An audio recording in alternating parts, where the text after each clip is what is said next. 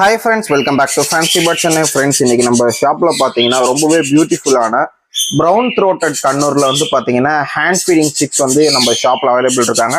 நம்ம ஷாப் எங்க இருக்குன்னு பாத்தீங்கன்னா சென்னை OMR காரப்பாக்கத்துல தான் நம்ம ஷாப் வந்து பாத்தீங்கன்னா லொகேட் ஆயிருக்கு. ரெண்டு சிக்குமே வந்து பாத்தீங்கன்னா நல்ல ஹெல்த்தி கண்டிஷன்ல நல்லா சூப்பரா இருக்காங்க.